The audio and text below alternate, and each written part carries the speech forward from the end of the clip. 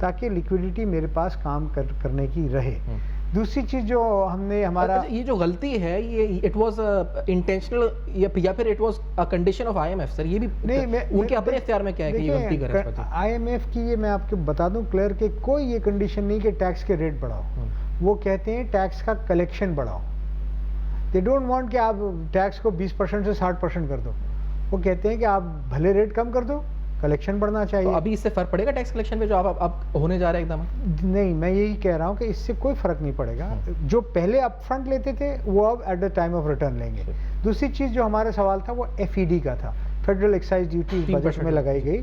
اور ہم یہ سمجھتے ہیں, قانون میں لکھا ہوا ہے, ہم کیا سمجھتے ہیں کہ یہ اس پروڈکٹ پہ لگتی ہے جو عموماً فیکٹری میں تیار ہوتا ہے. تو ہمارا پروڈکٹ فیکٹری میں نہیں تیار ہوتا تو اس پہ ایف ای ڈی یا کوئی لگژری آئٹم پہ لگتی ہے. جیسے جس کو ڈسکریج کرنا ہو, الکوہول ہے, سگریٹس ہیں, دوسری چیزیں ہیں, سو ہم پہ یہ نہیں لگتا ہے.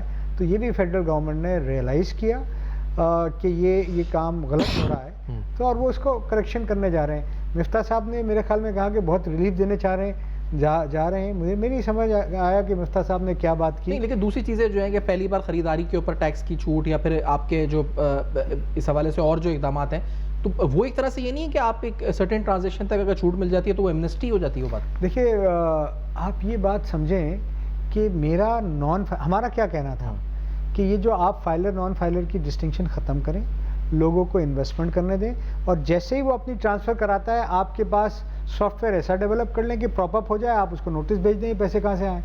وہ ایکسپلین کرے گا, اور اگر ایکسپلین نہیں کر سکے تو نیچرلی آپ کے پاس پینلٹیز کے کلوز ہیں, کنسیلمنٹ کی پینلٹیز ہیں, وہ آپ لگائیں. لوگوں کو روکے نہیں. ہو یہ رہا ہے پاکستان کا نان فائلر جا کے دبئی میں پراپرٹی لے رہا ہے, لنڈن میں لے رہا ہے, فرانس میں لے رہا ہے, یو ایس میں لے رہا ہے.